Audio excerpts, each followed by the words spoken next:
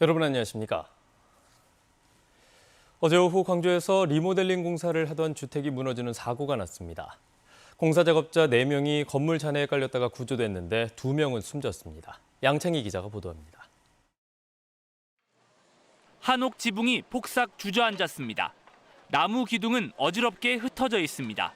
소방대원들은 무너진 건물을 손으로 뒤지며 수색 작업을 벌입니다. 어제 오후 4시 20분쯤 광주시 계림동의 한 주택이 무너져 작업자 4명이 건물 더미에 깔렸습니다. 소방당국은 60여 명을 동원해 구조에 나섰고 1시간여 만에 작업자 4명을 차례로 구조해 병원으로 옮겼지만 2명은 숨졌고 2명은 크게 다쳤습니다. 낡은 목조주택을 고치는 공사를 하다 건물이 무너지면서 사고가 난 것으로 보입니다.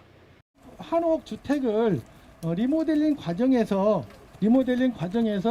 보강 작업, 그러니까 철 구조물을 설치하는 작업 중에 건물이 붕괴가 되면서 중장비를 투입하기 어려운 현장 환경 때문에 구조 작업도 쉽지 않았습니다. 매몰되어 있는 상태이기 때문에 우리가 중장비를 활용할 수가 없습니다. 구조 기구도 마찬가지. 그래서 다소 어려운 점이 있었다면 수작업을 해야 되기 때문에 경찰은 현장이 수습되는 대로 정밀 감식을 통해 붕괴 원인을 확인하고 사고 경위를 조사할 계획입니다. KBS 뉴스 양창입니다. 코로나19의 확산세 속에서 광주와 전남 지역 곳곳에서 부활절 예배가 열리면서 방역당국이 현장 점검을 벌였습니다.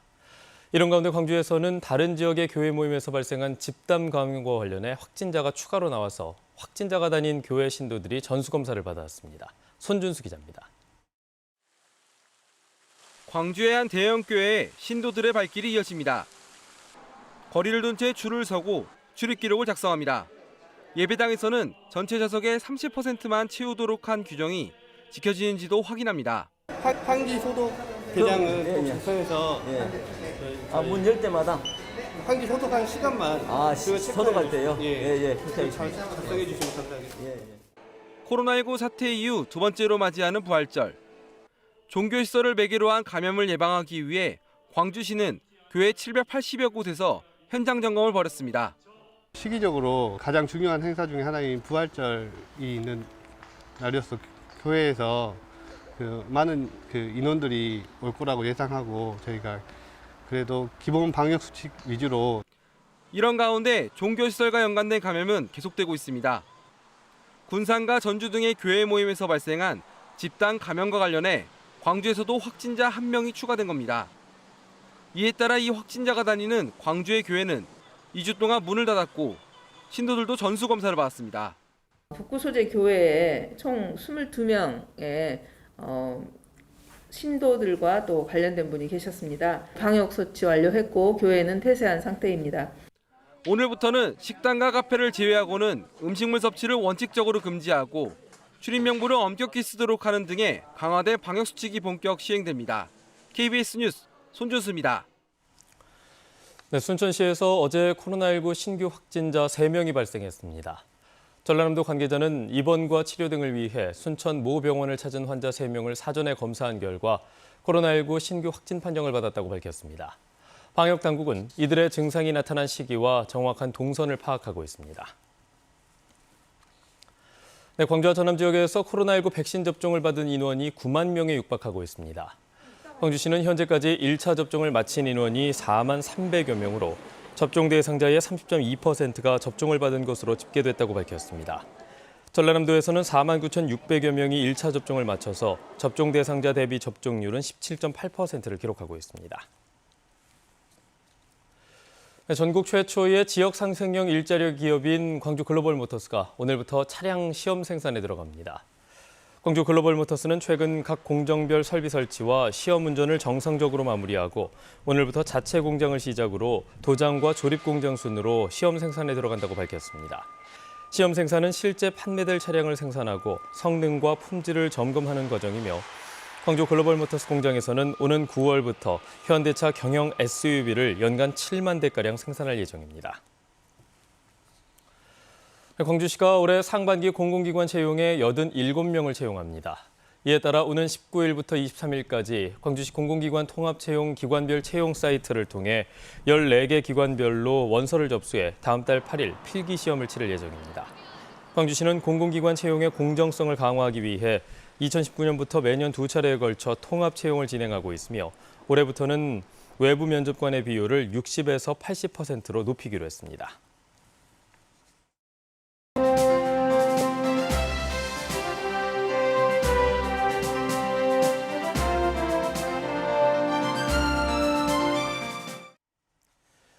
패션업에 종사하는 소상공인들은 대기업과는 달리 상품 기획과 홍보 분야에서 전문 디자이너와 모델의 도움을 받을 수 있는 여력이 부족합니다. 이 같은 어려움을 해소할 수 있는 인공지능 기술이 개발됐습니다. 네트워크 소식 대전방송총국 양민호 기자입니다. 화사한 봄을 맞아 새로 제작된 패션 상품들을 모델들이 살펴보고 있습니다. 모델이 입은 옷들도 새봄에 맞춘 신상품인데 사람이 아니라 모두 인공지능이 디자인했습니다. 현재 트렌드에 맞게 만들어진 옷들이라고 생각을 해서 소비자 반응도 괜찮을 것이라고 생각됩니다. 한국전자통신연구원이 인공지능을 이용해 변화하는 유행을 예측하고 이에 맞춘 상품을 디자인하는 기술을 개발했습니다. 최근 우리나라에서 생산된 옷 600만 장의 디자인이 데이터의 기본이 됐습니다. 여기에 유명 SNS 이용자들이 게시한 영상과 해시태그를 매일 분석한 자료는 유행의 추세를 예측해 주었습니다. 이를 통해 인공지능은 앞으로 유행할 것으로 예상되는 옷을 짧은 시간에 무한대에 가깝게 디자인할 수 있습니다. 이렇게 디자인된 옷은 사진을 평면적으로 겹친 수준이 아니라 모델 또는 아바타가 실제 입은 모습으로 입체적으로 구현합니다. 모델에 입혀서 사진을 만드는 과정까지는 AI가 담당을 해주기 때문에 굉장히 마케팅에 큰 도움이 될 것이라고 생각합니다. 전자통신연구원은 인공지능 디자인과 모델 생성 기술을 온라인상에서 이용할 수 있는 서비스를 구축해 일반에 공개하기로 했습니다. KBS 뉴스 양민호입니다.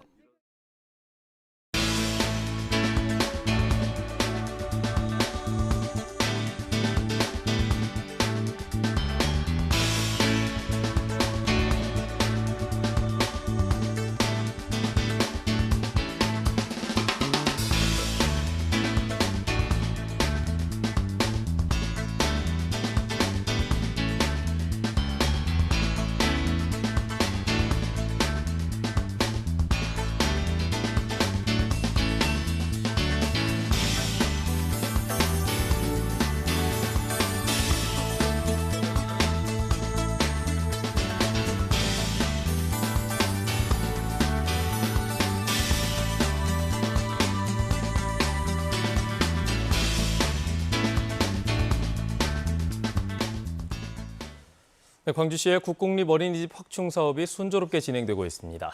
광주시는 국공립 어린이집 4개년 확충 계획에 따라 현재까지 97곳을 전환해 전체 어린이집 대비 9.4%를 기록하고 있다고 밝혔습니다.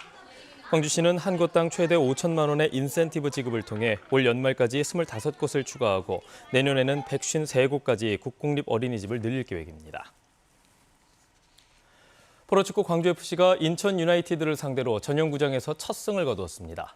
광주FC는 어제 광주 축구 전용구장에서 열린 인천과의 경기에서 먼저 1점을 내줬으나 전반 추가 시간에 엄지성 선수가 동점골을 넣은 데 이어 후반 추가 시간에는 이희균 선수가 역전골을 넣어서 2대1로 승리했습니다.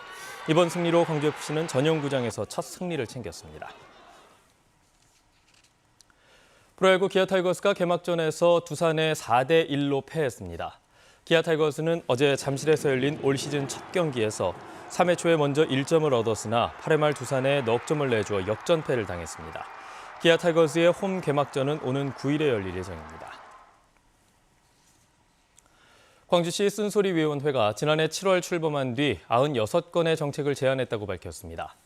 분야별로는 환경과 고통 관련 제안이 34건으로 가장 많았고 복지건강 14건, 문화체육 10건 등의 순으로 나타났습니다. 광주시는 위원회에서 제안한 내용을 부서의 검토를 거쳐 정책에 반영하고 즉각 반영이 어려운 일부 사안은 장기 과제로 검토하고 있습니다. 전라남도 동물위생사업소가 올해 아프리카 돼지열병 정밀진단기관 지정을 추진하기로 했습니다. 전남 동물위생시험소는 도내의 아프리카 돼지열병의 확진 여부를 확인하기 위해 시료를 경북에 있는 농림축산검역본부까지 가져가야 하는 등의 불편을 덜기 위해 돼지열병 정밀진단기관 지정을 추진하고 있다고 밝혔습니다. 전남 동물위생시험소는 지난 2017년과 2018년 각각 조류 인플루엔자와 구제역 정밀 진단 기관으로 지정됐습니다. 시내 도로의 제한 속도를 낮추는 안전속도 5030 정책의 전국 시행을 앞두고 광주에서도 도로 정비 작업이 끝났습니다. 광주경찰청과 광주시는 지난 2019년부터 일반 도로는 시속 50km, 이면 도로는 시속 30km로 제한 속도를 낮추기 위해 표지판 등을 교체하는 작업을 벌여왔으며 최근 전체 길이 1,466km에 이르는 도로에 대한 공사를 마쳤다고 밝혔습니다. 경찰은 교통 환경을 감안해 상무대로와 임방울대로 등 29개 구간 141km의 길이의 도로는 제한 속도를 시속 60km로 지정했다고 밝혔습니다. 전라남도 교육청이 맞춤형 진로 진학 업무를 지원하기 위해 2021 대입 현장 지원단을 발족시켰습니다. 2021 대입 현장 지원단은 학교별로 추천을 받은 진로 진학 관련 전문가 232명으로 구성됐고 권역별 진학지원센터 상담교사단 4개 팀과 일반고 현장 지원 등을 위한 5개 연구팀으로 구성됐습니다. 대입 현장 지원단은 앞으로 도내 일선 고등학교를 대상으로 찾아가는 진로 진학 프로그램을 운영하고 맞춤형 상담 활동을 실시할 예정입니다. 5.18 민주화운동 기록관이 민주화, 인권, 평화를 주제로 하는 전문 특화 자료실을 조성하기로 했습니다. 5.18 민주화운동 기록관은 현재 기록관 4층 자료실을 5.18 민주화운동 관련 도서와 자료집 중심으로 재배치해서 다음 달부터는 주제 전문 서비스 등 기록물 연구자와 이용자의 편의를 높일 계획이라고 밝혔습니다. 또 기존 자료실의 50%를 차지하고 있는 교양도서는 장소가 부족한 지역 공공도서관이나 장애인 복지시설 등에 기증할 계획입니다. 대불 국가산업단지가 정부가 그린 뉴딜 정책으로 추진하는 아름다운 산단 거리 조성 사업 공모에 선정됐습니다.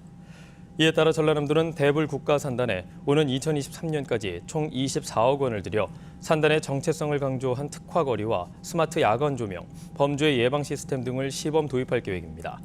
전라남도는 대불 산단에는 지난해 공모로 선정된 복합문화센터도 건립될 예정이어서 산단 환경이 개선될 것으로 기대하고 있습니다. 전남 최고의 기술인을 뽑는 2021 전라남도 기능경기대회가 오늘부터 9일까지 목포공업고등학교와 여수공업고등학교 등 도내 10개 경기장에서 열립니다. 전라남도가 주최하고 전라남도 기능경기위원회가 주관하는 이번 대회에는 산업용 드론 제어, 그래픽 디자인, 자동차 정비, 제빵 등 37개 직종에 337명의 선수가 참가해 기량을 거둡니다. 입상자는 해당 직종 기능사 시험이 면제되고 오는 10월 4일부터 대전에서 열리는 전국대회의 전남대표로 참가합니다. 전라남도는 오는 5월 31일까지 도내 농민이나 농업법인을 대상으로 기본형 공익직불금을 농지 소재 읍면동 주민센터에서 신청받는다고 밝혔습니다.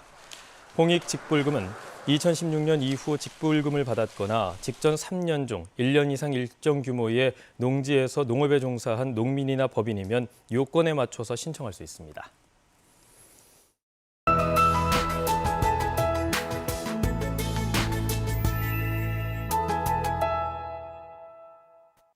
오늘 아침 출근길 쌀쌀한 기온이 감돌고 있습니다. 광주와 목포, 순천 모두 7도 안팎으로 어제보다 2에서 4도가량 낮습니다. 아침에 나오실 때는 겉옷 꼭 챙기셔야겠고요. 낮 동안에는 기온이 20도 안팎까지 올라서 일교차가 크게 벌어지겠습니다. 건강관리 잘 하셔야겠습니다. 현재 대부분 파란 하늘이 드러났습니다. 오늘 대체로 맑은 가운데 공기 또한 깨끗해서 바깥 활동하기 좋겠는데요. 다만 아침까지는 안개가 짙게 낀 곳들이 있습니다. 가시거리가 해남과 장흥, 화순이 200m 이하로 나타나고 있습니다. 운전하실 때 조심하셔야겠습니다. 다음은 자세한 지역별 날씨입니다. 오늘 아침 기온 대부분 어제보다 낮습니다. 나주가 3도, 담양이 4도 가리키고 있고요. 낮 기온 담양과 화순 20도까지 오르겠습니다. 여수의 아침 기온 8도, 낮 기온 16도, 구례 20도로 포근하겠습니다. 영암의 낮 최고 기온 19도, 강진과 해남 18도가 예상됩니다. 신안을 비롯한 그 외 도서 지역은 14도에서 15도까지 오르겠습니다. 대부분 해상의 풍랑주의보는 해제가 됐지만 남해서부 동쪽 먼바다는 아직 발효 중인데요. 오늘 밤까지 바람이 강하게 불고 물결이 최고 3.5m로 높겠습니다. 이번 주는 주말에도 비 소식 없이 맑고 당분간 일교차 큰 날씨가 이어지겠습니다. 날씨였습니다. 뉴스를 마칩니다. 여러분 고맙습니다.